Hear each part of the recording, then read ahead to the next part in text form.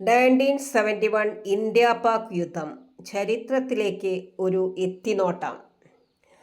ആദ്യം 1971 ഇന്ത്യ പാക് യുദ്ധത്തിൻ്റെ കാരണങ്ങൾ എന്തെല്ലാമെന്ന് നോക്കാം. ഭിന്നിപ്പിച്ച് ഭരിക്കുക എന്ന ബ്രിട്ടന്റെ പോളിസിയാണ് ഈ യുദ്ധത്തിൻ്റെ കാതലായ കാരണം.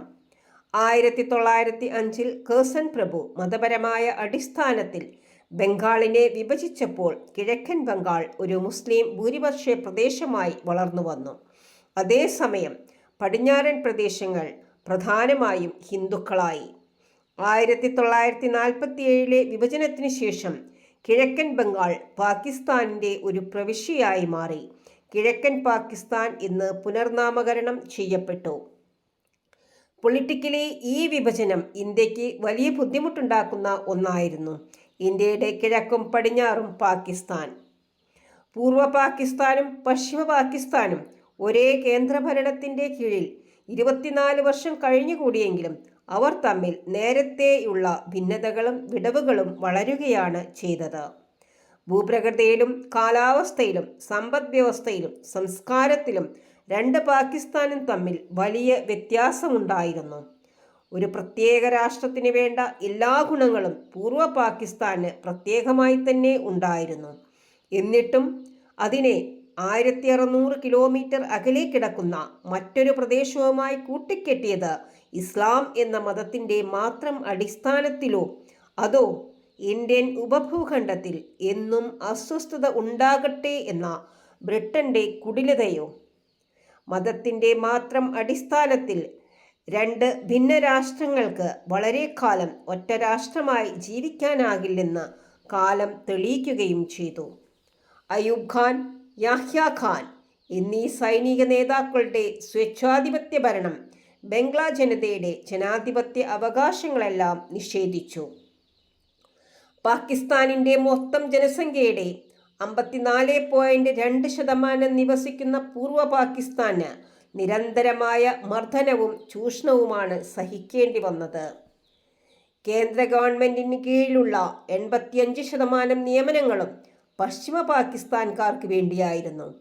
പ്രതിരോധ സേനയിലാകട്ടെ 90% സ്ഥാനങ്ങളും അവരാണ് വഹിച്ചിരുന്നത്. ഇതോടൊപ്പം ബംഗാളിക്ക് പകരം രാഷ്ട്രഭാഷയായി ഉറുദു അടിച്ചേൽപ്പിക്കാനുള്ള ശ്രമം കൂടിയായപ്പോൾ സ്വേച്ഛാധിപത്യത്തിനെതിരെ അവാമി മുസ്ലിം ലീഗ് എന്ന രാഷ്ട്രീയ കക്ഷി മുന്നോട്ട് വന്നു. ലക്ഷ്യം നേടണമെങ്കിൽ വർഗീയത ഉപേക്ഷിക്കണം എന്ന് മനസ്സിലാക്കിയ അവർ തങ്ങളുടെ പാർട്ടിയുടെ പേരിലുള്ള മുസ്ലിം എന്ന വാക്ക് എടുത്തു കളഞ്ഞു. വെറും അവാമി ലീഗ് എന്നാക്കി മാറ്റി. സ്വയംഭരണത്തിന് വേണ്ടിയുള്ള ആ ജനകീയ മുന്നേറ്റത്തിന് നേതൃത്വം നൽകിയത് ഷെയ്ഖ് മുജീബുർ റഹ്മാൻ ആയിരുന്നു.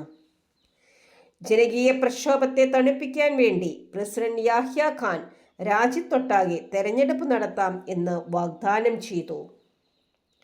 1970 നടത്തിയ പൊതു തെരഞ്ഞെടുപ്പിൽ കിഴക്കൻ പാകിസ്ഥാന് കൂടുതൽ സ്വയംഭരണം വേണമെന്ന് ആവശ്യപ്പെട്ട അവാമി ലീഗ് വൻ വിജയം നേടി. എന്നാൽ ജനറൽ യാഹ്യ ഖാന്റെ കീഴിലുള്ള പശ്ചിമ പാകിസ്ഥാനിലെ സൈനിക നേതൃത്വം അധികാരം കൈമാറാൻ വിസമ്മതിച്ചത് കിഴക്കൻ പാകിസ്ഥാനിൽ വ്യാപകമായ പ്രതിഷേധങ്ങൾക്കും ആഭ്യന്തര കലാപങ്ങൾക്കും കാരണമായി. 1971 മാർച്ചിൽ സ്വയംഭരണത്തിനായുള്ള പ്രസ്ഥാനത്തെ അടിച്ചമർത്താൻ ലക്ഷ്യമിട്ടുള്ള ഓപ്പറേഷൻ സോച്ച് ലൈറ്റ് പാകിസ്ഥാൻ സൈന്യം ആരംഭിച്ചു. ഇത് വ്യാപകമായ അതിക്രമങ്ങൾക്കും ദശലക്ഷക്കണക്കിന് കിഴക്കൻ പാകിസ്ഥാനികളുടെ നാടുകടത്തലിനും കാരണമായി. അവരിൽ ഭൂരിഭാഗവും അയൽ രാജ്യമായ ഇന്ത്യയിൽ അഭയം തേടി. പാക് പട്ടാളത്തിൻ്റെ ക്രൂരതകൾ വർദ്ധിച്ചപ്പോൾ നിസ്സഹായരായ ജനങ്ങൾ ഇന്ത്യയിലേക്ക് ഇരച്ചുകയറി. ഏതാനും മാസങ്ങൾ കൊണ്ട് ഇന്ത്യയിലെ അഭയാർത്ഥികളുടെ സംഖ്യ 1 കോടിയായി. ഇവരെ തീറ്റിപ്പോറ്റുന്നതിനായും പുനരധിവസിപ്പിക്കുന്നതിനായും ഇന്ത്യ ലോകരാഷ്ട്രങ്ങളുടെ സഹായം അഭ്യർത്ഥിച്ചു. വിദേശ രാജ്യങ്ങളിൽ നിന്ന് സഹായം ലഭിച്ചെങ്കിലും അഭയാർത്ഥി പ്രശ്നം മൂലമുണ്ടായ ഭീമമായ ചെലവിൻ്റെ ഭൂരിഭാഗവും ഇന്ത്യ തന്നെ വഹിക്കേണ്ടി വന്നു. അഭയാർത്ഥികൾക്ക് ഭീതി കൂടാതെ അവരുടെ നാട്ടിലേക്ക് മടങ്ങിപ്പോകാനുള്ള സാഹചര്യം സൃഷ്ടിക്കാൻ പാകിസ്ഥാനെ പ്രേരിപ്പിക്കണമെന്ന് ലോകരാഷ്ട്രങ്ങളോട് ഇന്ത്യ അഭ്യർത്ഥിച്ചു. ആർക്കും പാകിസ്ഥാൻ ഗവൺമെന്റിനെ ഫലപ്രദമായി സ്വാധീനിക്കാൻ കഴിഞ്ഞില്ല.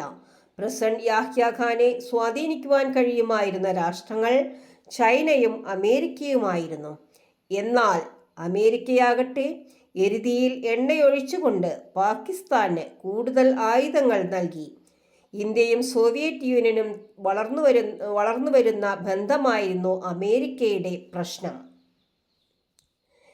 കിഴക്കൻ പാകിസ്ഥാനിൽ അവാമി ലീഗിന്റെ നേതൃത്വത്തിൽ മുക്തി ബാഹിനി എന്ന പേരിൽ ഒരു വിമോചന സേന രൂപീകൃതമായി. ആയിരക്കണക്കിന് യുവാക്കൾ അതിൽ ചേർന്നു. ചുരുങ്ങിയ കാലം കൊണ്ട് അവർക്ക് വേണ്ടത്ര പരിശീലനം കിട്ടുകയും ചെയ്തു. മുക്തി ബാഹിനിയെ കൊണ്ട് പൊറുതിമുട്ടിയപ്പോൾ ഇന്ത്യൻ സൈനികരാണ് ഈ ആക്രമണങ്ങൾ സംഘടിപ്പിക്കുന്നതെന്ന് പാകിസ്ഥാൻ ആരോപിച്ചു. പ്രസിഡന്റ് യാഹ്യ ഖാൻ ഇന്ത്യയുമായുള്ള യുദ്ധത്തെക്കുറിച്ച് സംസാരിച്ചു തുടങ്ങി. ജമാഅത്തെ ഇസ്ലാമിയെയും റസാഖന്മാരെയും കൂട്ടുപിടിച്ച് പാക് പട്ടാളം കൂട്ടക്കരുതി നടത്തി. ബംഗ്ലാദേശ് വിമോചന പ്രസ്ഥാനത്തെ ഇന്ത്യ പിന്തുണച്ചിരുന്നെങ്കിലും 1971 December 3 Pakistan operation Genghis Khan എന്ന പേരിൽ വടക്ക് പടിഞ്ഞാറൻ ഇന്ത്യയിലെ വ്യോമതാവളങ്ങൾ ലക്ഷ്യമിട്ട് വ്യോമാക്രമണ പരമ്പര ആരംഭിച്ചതോടെ ഇന്ദിരാഗാന്ധിയുടെ സർക്കാർ വ്യോമാക്രമണങ്ങളെ നടപടിയായി വ്യാഖ്യാനിക്കുകയും പാകിസ്ഥാനെതിരെ യുദ്ധം പ്രഖ്യാപിക്കുകയും ചെയ്തു. മുക്തി ബാഹിനിക്ക് ഇന്ത്യ നൽകിയ പിന്തുണയ്ക്കുള്ള മറുപടിയാണ് വ്യോമാക്രമണമെന്ന് പാകിസ്ഥാനും വാദിച്ചു. കര, വ്യോമ, കടൽ മേഖലകളിൽ ഇന്ത്യൻ സായുധ സേന 3 തലത്തിലുള്ള ആക്രമണങ്ങളും അഴിച്ചുവിട്ടു. ജമ്മു കാശ്മീർ, രാജസ്ഥാൻ, പഞ്ചാബ് എന്നീ സംസ്ഥാനങ്ങൾ ഉൾപ്പെടെ ഇന്ത്യയുടെ പടിഞ്ഞാറൻ അതിർത്തിയിൽ കടുത്ത പോരാട്ടം നടന്നു.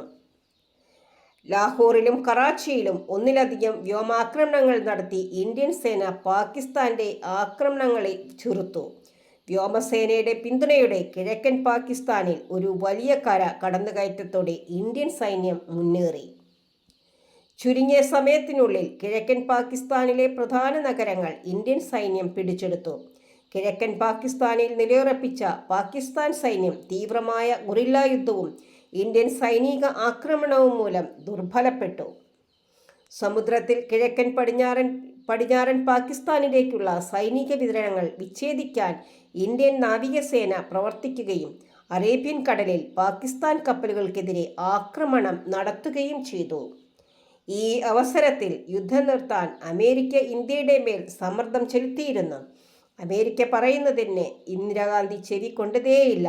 ഒടുവിൽ അമേരിക്ക ഭീഷണിയുടെ സ്വരത്തിൽ പറഞ്ഞു, അമേരിക്കയുടെ 7ാം കപ്പൽപ്പട പാകിസ്ഥാനെ സഹായിക്കാൻ എത്തുമെന്ന്. അമേരിക്കയ്ക്ക് അമേരിക്കയുടെ കപ്പൽപ്പടയെ പാകിസ്ഥാനിലേക്ക് അയക്കുകയോ അയക്കാതിരിക്കുകയോ ചെയ്യാം. പക്ഷേ ഇന്ത്യയുടെ സമുദ്രാതിർത്തിയിൽ പ്രവേശിച്ചാൽ വന്ന പോലെ അത് തിരിച്ചു പോവില്ല എന്ന് ഇന്ദിരാഗാന്ധിയും പറഞ്ഞു. കരയിൽ നേടിയ അതിവേഗ വിജയങ്ങൾക്കൊപ്പം ഇന്ത്യൻ സൈന്യം കിഴക്കൻ പ്രദേശത്തെ പാകിസ്ഥാൻ സൈന്യത്തെ വേഗത്തിൽ വളഞ്ഞു. കിഴക്കൻ പാകിസ്ഥാന്റെ തലസ്ഥാന നഗരമായ ധാക്ക പിടിച്ചടക്കിയതോടെ ഡിസംബർ 16 കിഴക്കൻ പാകിസ്ഥാനിലെ പാകിസ്ഥാൻ സൈന്യം കീഴടങ്ങി. അടുത്ത ദിവസം പാകിസ്ഥാൻ പ്രസിഡന്റ് യാഹ്യ ഖാൻ പശ്ചിമ പാകിസ്ഥാനിൽ വെടിനിർത്തലിന് സമ്മതിച്ചു. വെറും 13 ദിവസം കൊണ്ട് ഇന്ത്യ പാകിസ്ഥാനെ മുട്ടുമടക്കിപ്പിച്ചു.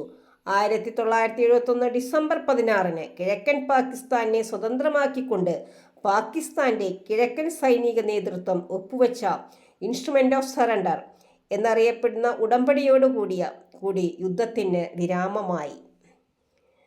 പാർലമെന്റ് അംഗങ്ങൾ ഉൾപ്പെടെ 90,000-നും 93,000-നും ഇടയ്ക്ക് വരുന്ന പാകിസ്ഥാൻ സൈനികരെ ഇന്ത്യൻ സൈന്യം തടവിലാക്കി. ഈ യുദ്ധത്തിന്റെ നിർണായകമായ ഫലം കിഴക്കൻ പാകിസ്ഥാനിൽ നിന്ന് ബംഗ്ലാദേശ് രൂപീകൃതമായതാണ്. വീഡിയോ ഇഷ്ടപ്പെട്ടെങ്കിൽ ഒന്ന് ലൈക്ക്, ഷെയർ, സബ്സ്ക്രൈബൊക്കെ ചെയ്ത് സപ്പോർട്ട് ചെയ്യുക. താങ്ക്